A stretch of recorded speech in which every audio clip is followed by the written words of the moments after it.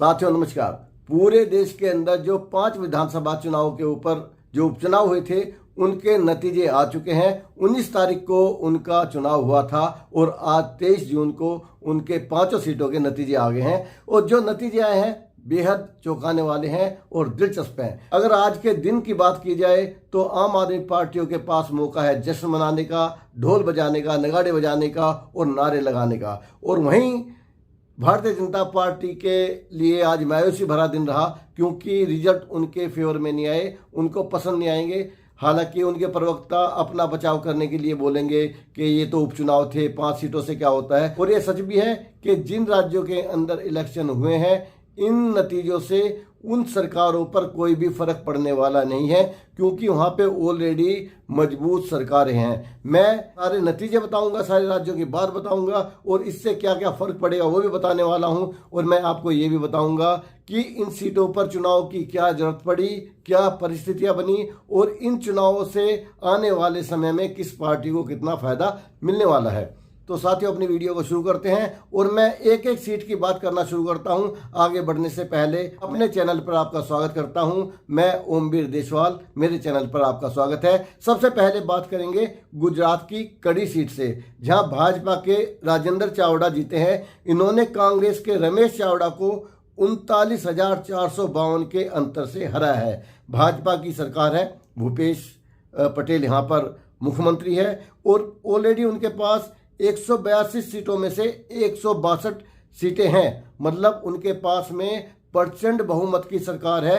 तो इस एक सीट से कोई फर्क नहीं पड़ने वाला है। लेकिन एक जो मनोवैज्ञानिक जो प्रभाव पड़ता है तो ये गुजरात भाजपा के लिए अच्छा रहेगा कि 2 सीटों पर गुजरात के अंदर चुनाव हुए थे और कम से कम एक सीट को भारतीय जनता पार्टी जीतने में कामयाब रही है। और ये वाली सीट ही इकलौती ऐसी सीट है जिससे भारतीय जनता पार्टी को थोड़ा सा सुकून मिलेगा। नहीं तो 5 सीटों में से एक सीट आना भारतीय जनता पार्टी के लिए किसी खुशी या किसी गर्व या किसी जश्न जैसी बात नहीं है, बल्कि इनके लिए एक थोड़े दुख की बात है। रिजल्ट जो है भारतीय जनता पार्टी के फेवर में नहीं आया है। इस सीट के हारने जीतने से कोई फर्क नहीं पड़ेगा, पहले से मजबूत सरकार है। लेकिन कुल मिलाकर 5 में से एक सीट भारतीय जनता पार्टी को मिली है जो कि राजेंद्र चावड़ा है भारतीय जनता पार्टी के। यहाँ पे इन्होंने कांग्रेस को हराया है। अब दूसरी सीट की बात करते हैं और दूसरी सीट भी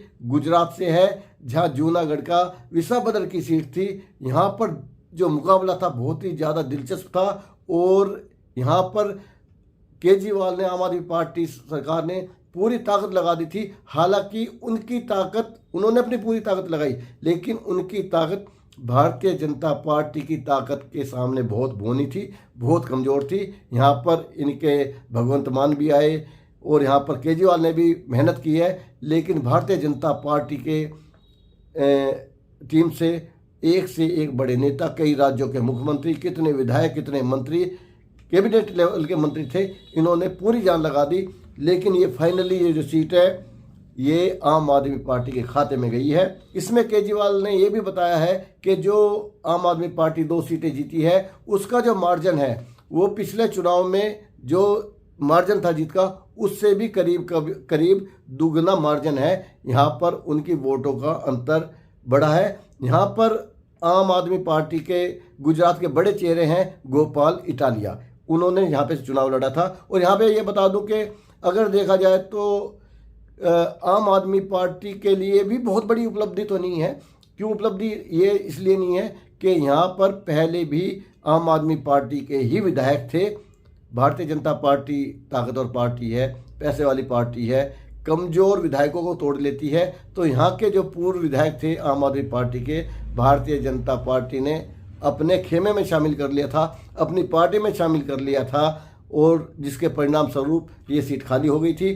गोपाल इटालिया ने का वहाँ पे एक अपना एक क्रेज है, लोगों के बीच उनकी एक इमेज बनी हुई है जिसके सहारे ये उन्होंने 17,554 मतों के अंतर से इस सीट को जीत लिया है। इन्होंने यहाँ से भाजपा के कीर्ति पटेल को हराया है।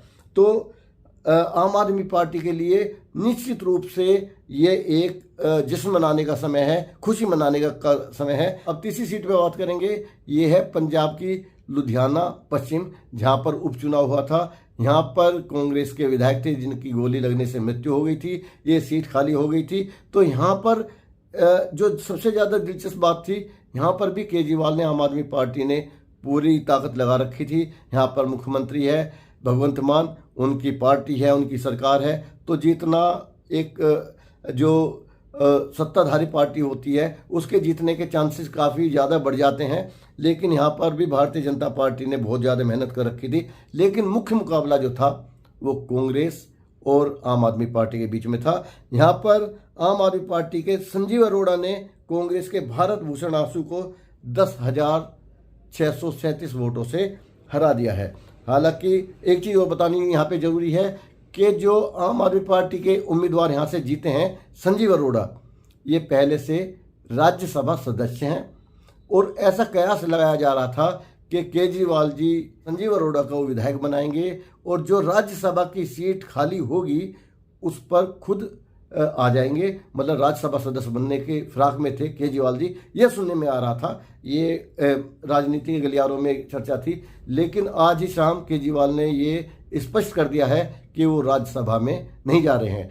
तो ये भी एक आम आदमी पार्टी के लिए आज डबल सेंचुरी वाला मामला हो गया कि एक उन्होंने गुजरात की सीट जो थी वो भी अपनी बरकरार रखी है और एक सीट इन्होंने यहाँ पे छीन ली है। तो मैं वो बता रहा था कि आम आदमी पार्टी के लिए ये बल्ले बल्ले करने का दिन है, जिन्होंने 5 में से 2 सीटें जीत ली हैं। एक विशाखापट्टनम सीट जीती है और एक लुधियाना पश्चिम की सीट भी आम आदमी पार्टी ने जीत ली है। इसके बाद में बात करेंगे पश्चिम बंगाल की, जहाँ पर कालीगंज सीट पर चुनाव हुआ था। मुकाबला वहाँ पे भी कांग्रेस भी थी और भाजपा भी थी, लेकिन मुख्य मुकाबले में थी यहाँ पे टीएमसी, तृणमूल कांग्रेस की के अलीफा अहमद ने ये चुनाव जीता है। भाजपा के आशीष घोष को 50,049 वोटों से हराया है।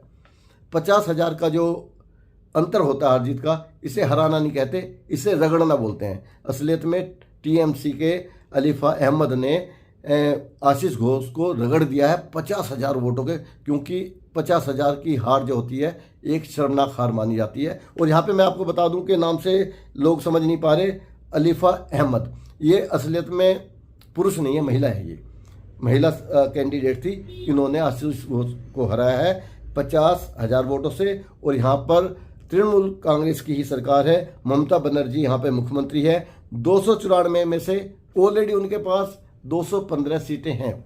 तो अगर ये सीट हार भी जाती या आप जीत गए हैं तो कोई दुनिया इधर से उधर होने वाली नहीं है, कोई ऐसा नहीं है, सरकार की सेहत पे कोई फ़र्क पड़ने वाला नहीं है। लेकिन एक सिंबॉलिक चीज़ें होती हैं, इसे सेमी फाइनल बताते हैं, इनसे मनोवैज्ञानिक बढ़त मिलती है आने वाले चुनावों में कि एक सीट से भी ये बताया जाता है कि जनता के बीच में आज भी हमारा वो क्रेज है, वो हमारा अस्तित्व है और हमारा वर्चस्व है। तो हमारी सरकार को आने वाले चुनावों में कोई दिक्कत नहीं है। इसके बाद में आखिरी जो सीट है 5वीं, उसकी बात करेंगे, जो केरल के नीलाम्बूर सीट थी। यहाँ पर यूडीएफ कांग्रेस के आर्यदान शौकत जीते हैं। उन्होंने सीपीआईएम के एम स्वराज को 11,077 वोटों से हराया है। यहाँ पे मैं बता दूं कि एलडीएफ की सरकार है यहाँ पे और पिनाराई विजयन यहाँ के मुख्यमंत्री हैं। उनके पास 140 में से 98 सीटें हैं। यहाँ पे भी सरकार को कोई खतरे वाली बात नहीं है, उनके पास भी बहुत सारी सीटें हैं। 140 में 98 सीटें होना मायने रखता है, मजबूत सरकार है। तो इस सरकार के ऊपर भी, केरल की सरकार के ऊपर भी कोई फ़र्क तो पड़ने वाला नहीं है। लेकिन फिर भी बात घूम फिर कर ये आती है कि अगर एक भी सीट पे चुनाव होता है तो हर पार्टी चाहती है कि यहाँ पर मेरे को बढ़त मिले, मेरे को जीत मिले, जिससे आने वाले चुनावों में इस चीज़ का फ़ायदा मिले। कुल मिलाकर एक बार फिर से मैं आम आदमी पार्टी को बधाई दूंगा। और भारतीय जनता पार्टी के लिए मैं बुरा दिन इसलिए बोलता हूं कि अगर 5 में से 1 सीट आ जाती है तो ये कोई बहुत ज़्यादा निराशाजनक और बेकार परिणाम नहीं है। लेकिन जब भारतीय जनता पार्टी कहती है कि हम 56 इंच वाले हैं या दुनिया में हमारा डंका बज रहा है या हम विश्वगुरु बनने वाले, जो झूठे ये लफाजी करते हैं ना, बड़ी बड़ी बातें करते हैं, तो फिर हमें इनकी खिंचाई करना जरूरी हो जाता है। नहीं तो 5 में से 1 सीट आ गई तो कोई बहुत ज़्यादा बुरा रिजल्ट नहीं है। लेकिन भारतीय जनता पार्टी क्योंकि हर छोटी से छोटी सीट को एक बड़े मुकाबले में बदलने में माहिर है, बड़े लेवल पे चुनाव लड़ती है, वहाँ पर 4 सीटों पर निराशाजनक नतीजे आना भारतीय जनता पार्टी के लिए वाकई, मैं तो शर्मनाक बोलूँगा, दुखद तो ही है, शर्मनाक है कि इतना बुरा रिजल्ट नहीं आना चाहिए था।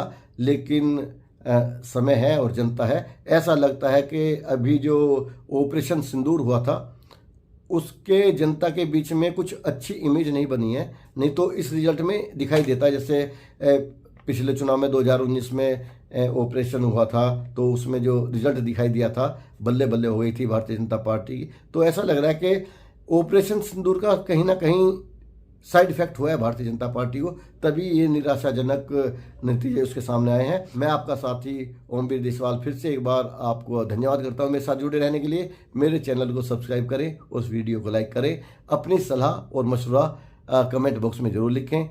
जय हिंद, वंदे मातरम।